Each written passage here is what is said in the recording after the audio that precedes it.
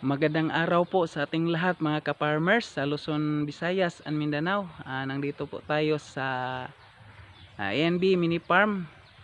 Nandito po tayo para mag-harvest ng kamote para pangsaing mamayang gabi. Kaya tignan na lang po natin mamaya kung ilang kilo ang ating makukuha ngayong araw.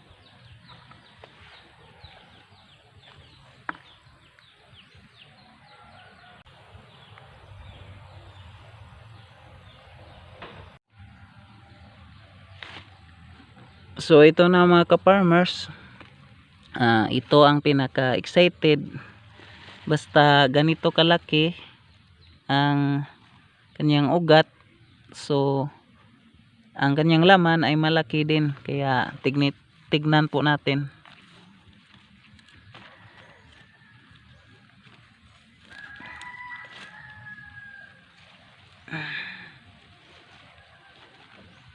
Ito na mga ka-farmers.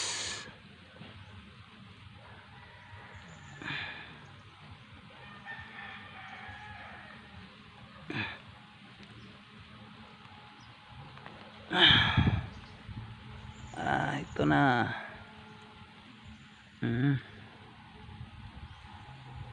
Laki din.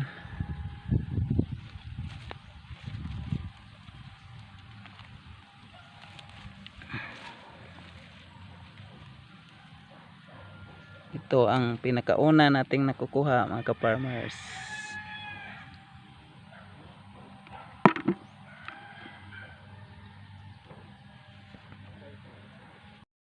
Wow, sobrang laki ang ugat mga ka-farmers. Kaya malaki din ang laman na ito ng kamote. Talagang nakakatuwa mga ka-farmers pag mag-harvest ng kamote, lalo na pag malaki ang ating nakukuha tulad nito.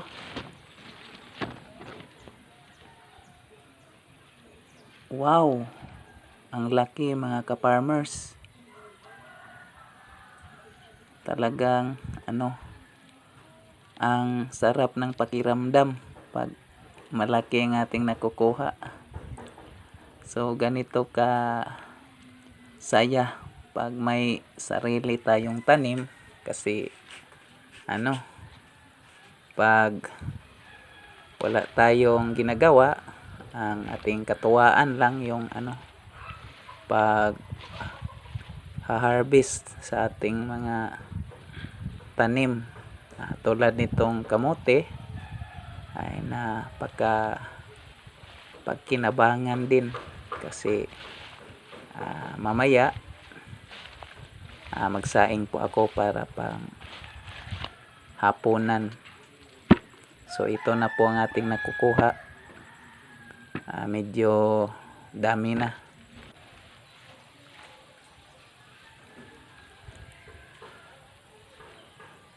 So ganito talaga pag magsikap magtanim, may makukuha. So isang balde po ang ating nakukuha mga ka-farmers. Kaya pwede na po ito. So hindi na po ito madaling ubusin, kasi dalawa lang po kami sa bahay. So tayo hugas ng ating nakukuha para ready na to mamayang gabi na ating isaing. Ang ganda ng kulay ng ating kamote mga ka-farmers, kulay pink. Ganito ang kanyang kulay kapag ito maluto. Yung laman ay color yellow. Sobrang tamis po ito mga ka-farmers. So ito na mga ka-farmers,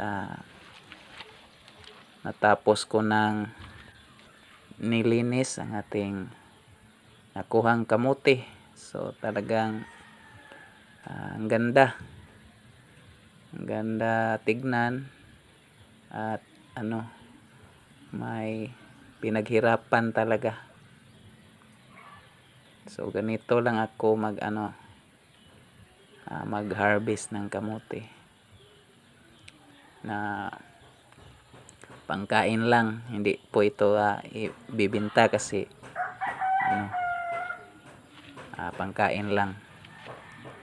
So ito na mga ka-farmers, ready na po itong isaing mamaya.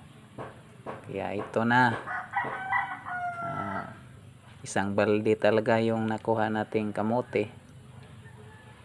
Kaya salamat po sa ating lahat ng nagsuporta sa ating channel, sa ating vlog about pananim, tsaka sa lahat ng bagong nag-subscribe sa ating channel. Thank you po sa inyong lahat, lalo na si Alberto, ating kapatid na vlogger. Thank you sa inyong lahat.